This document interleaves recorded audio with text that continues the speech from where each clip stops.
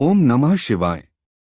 आज हम आपको सुनाने जा रहे हैं महाशिव पुराण का श्री रुद्र संहिता का 20वां अध्याय, जो है भगवान शिव का कैलाश पर्वत पर गमन। ब्रह्मा जी बोले, हे नारद मुनि, कुबेर के कैलाश पर्वत पर तप करने से वहां पर भगवान शिव का शुभ आगमन हुआ। कुबेर को वर देने वाले विश्वेश्वर शिव जब निधिप्ति होने का वर देकर अंतर्धान हो गए, तब उनके मन में विचार आया कि मैं अपने रुद्र रूप में, जिसका जन्म ब्रह्मा जी के ललाट से हुआ है और जो संहारक है, कैलाश पर्वत पर निवास करूंगा। शिव की इच्छा से कैलाश जाने के इच्छुक रुद्रदेव ने बड़े जोर जोर से अपना डमरू बजाना शुरू कर दिया। वह ध्वनि उत्साह बढ़ाने वाली थी। डमरू की ध्वनि तीनों लोकों में गूंज रही थी। उस ध्वनि में सुनने वालों को अपने पास आने का आग्रह था। उस डमरू ध्वनि को सुनकर ब्रह्मा, विष्णु आदि सभी देवता, ऋषिमुनि, वेदशास्त्रों को जानने वाले सिद्ध लोग बड़े उत्साहित होकर कैलाश पर्वत पर पहुंचे। भगवान शिव के सारे पार्षद और गणपाल जहां भी थे, वे कैलाश पर्वत पर पहुंचे। साथ ही असंख्य गणों सहित अपनी लाखों करोड़ों भयावनी भूत प्रेतों की सेना के साथ स्वयं शिवजी भी वहां पहुंचे। सभी गणपाल सहस्रों भुजाओं से युक्त थे। उनके मस्तक पर जटाएं थीं। सभी चंद्रचूड़, नीलकंठ और त्रिलोचन थे। हार, कुंडल, केयूर तथा मुकुट से वे अलंकृत थे। भगवान शिव ने विश्वकर्मा को कैलाश पर्वत पर निवास बनाने की आज्ञा दी। अपने व अपने भक्तों के रहने के लिए योग्य आवास तैयार करने का आदेश दिया। विश्वकर्मा ने आज्ञा पाते ही अनेकों प्रकार के सुंदर निवास स्थान वहां बना दिए। उत्तम मुहूर्त में उन्होंने वहां प्रवेश किया।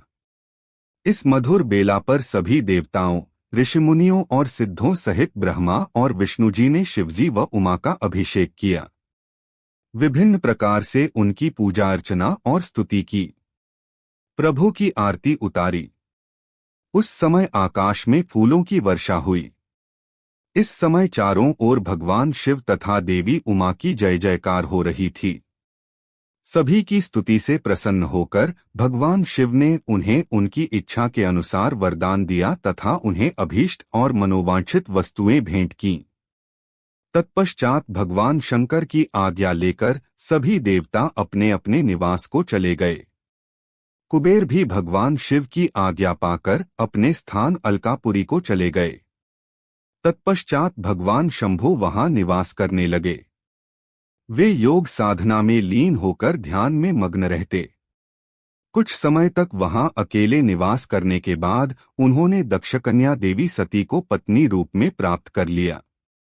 देवर्षि अब रुद्र भगवान देवी सती के साथ वहां सुखपूर्वक विहार करने लगे।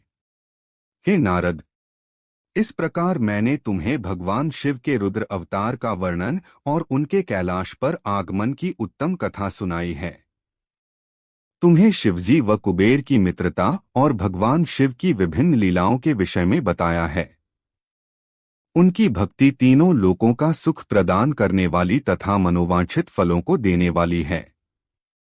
इस लोक में ही नहीं, परलोक में भी सद्गति प्राप्त होती है।